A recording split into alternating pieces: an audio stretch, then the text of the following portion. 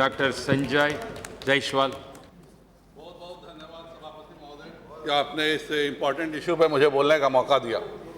सबसे पहले तो मैं सदन का धन्यवाद एक चिकित्सक के नाते देना चाहूँगा कि आप सब इस महत्वपूर्ण विषय पे संवेदनशील हैं। इसके लिए चिकित्सक के तौर पे भी मैं आप सभी का आभारी हूँ।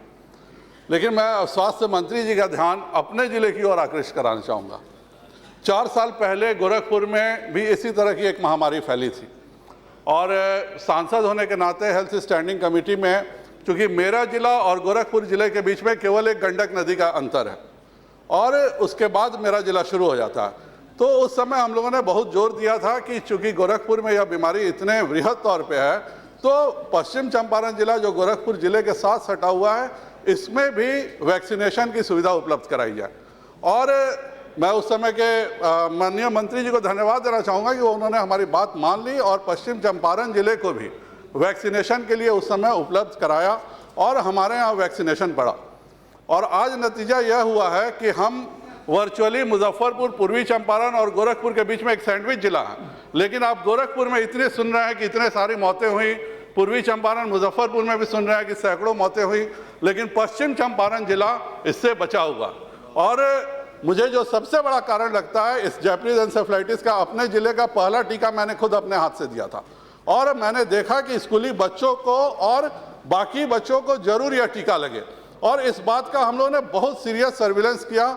और मुझको आज बहुत खुशी हो रही है कि एक तरफ गोरखपुर और दूसरे तरफ मुजफ्फरपुर, पूर्वी चंपारण जिले में व्यापक रूप से यह बीमारी है, पर पश्चिम चंपारण जिला आज भी इस महामारी से बचा हुआ है, जबकि हमारे बीच में कोई अंतर नहीं है, कोई डिवीजन बॉर्डर का नहीं है। इसीलिए मैं इस चीज़ को माननीय स्वास्थ्य मंत्री को ध्यान दिलाना चाहूँगा कि केवल टीका रहना सफिशिएंट नहीं है, सभी बच्चों को टीका लगे यह देखना बहुत ज़रूरी है। और मुझको लगता है कि उत्तर प्रदेश की सरकार इस मामले में, चाहे अभी की सरकार हो चाहे पिछली सरकार हो, बुरी तरह से विफल हो रही है। और इसके बारे में एक रिपोर्ट भी हमारी स्टैंडिंग कमेटी में आई थी कि बच्चों को टीका लगाने में ध्यान नहीं दिया जा रहा। आज एक्यूट एन्सेफेलाइटिस सिंड्रोम से लोग मर रहे हैं जिनमें बीमारी का पता नहीं है, तो समझ में आता है, पर यह देश के लिए बहुत दुखद स्थिति है कि जैपनीज एन्सेफेलाइटिस का टीका मौजूद है और उसके बाद भी बच्चे अगर मरे तो यह हमारे लिए बहुत दुखद स्थिति है। और मैं माननीय स्वास्थ्य मंत्री और प्रधानमंत्री जी का बेहद आभारी हूँ कि उन्होंने इस चीज़ की ज़रूरत समझते हुए जैपनीज एन्सेफेलाइटिस को 200 जिलों में देने का जो संकल्प लिया, एक तो मैं उसके लिए आभारी हूँ। और उसके अलावा जो इन्होंने डायरिया का, IPV का, यह एक बहुत 13 बीमारियों का जो इन्होंने UIP में शामिल किया है, उसके लिए भी मैं इनका बहुत आभार प्रकट करना चाहता हूं। और अभी हमारे माननीय नौजवान सांसद जी बोल रहे थे कि हमें क्यों इनसेंसिटिव कहा जाता है यूपीए गवर्नमेंट को, तो मैं आपको बता दूं कि पेंटावैलेंट वैक्सीन का सबसे बड़ा मैन्युफैक्चरर हिंदुस्तान है, लेकिन इस साल से पहले तक केवल इथियोपिया सहित 4 अफ्रीकी देश में पेंटावैलेंट वैक्सीन नहीं दिया जाता था और हिंदुस्तान में भी नहीं दिया जाता था।